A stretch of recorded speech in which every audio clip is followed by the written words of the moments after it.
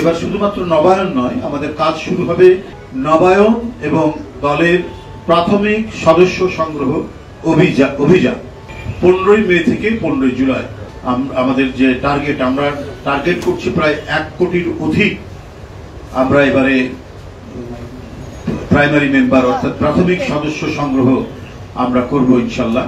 ধরুন কেউ দীর্ঘদিন রাজনীতি করেনি অথবা আওয়ামী লীগের আমলেও যারা হয়তো একসময় আওয়ামী লীগ করতেন কিন্তু আওয়ামী লীগের এই দুঃশাসন, আওয়ামী লীগের বর্বরচিত কর্মকাণ্ড, লুটপাট, টাকা পাচার এটাকে পছন্দ করেনি,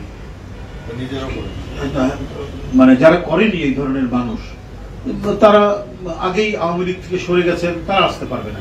এছাড়াও আমরা চাচ্ছি যে সমাজে যারা ফ্রেশ মানুষ, একজন ভদ্রলোক হয়তো রিটায়ার্ড করেছে, তিনি অন্তরে লালন করেন, একজন শিক্ষক হতে পারেন, একজন গভর্নমেন্ট অফিসার হতে পারেন, একজন ব্যাংকার হতে পারেন, একজন এনজিও কর্মকর্তা হতে পারেন, সেটা একজন কৃষক হতে পারেন, একজন শ্রমিক হতে পারেন। এরা এখানে এই ক্ষেত্রে কোনো ক্রাইটেরিয়া নাই, তিনি আমাদের যে আদর্শ সেটা বিশ্বাস করেন কিনা। আমরা যে প্রাইমারি মেম্বারের জন্য যে রসিদ দেই 20 টাকা দিয়ে যে রসিদটা পূরণ করতে হয়, এর সাথে এবারে থাকবে যেটা বললেন পদ্ধতিটা, এবারে পদ্ধতিটা একটা আবেদন পত্র থাকবে। এটা আমাদের কনস্টিটিউশন, আমাদের গঠনতন্ত্রে আছে। যাচাই বাছাই তো নিশ্চয়ই থাকতে হবে, কারণ কোন দোসররা এলাকায় সন্ত্রাসী করেছে, জমি দখল করেছে, টাকা পাচার করেছে, তারা তো নানাভাবেই ঢুকে পড়ার চেষ্টা করবে।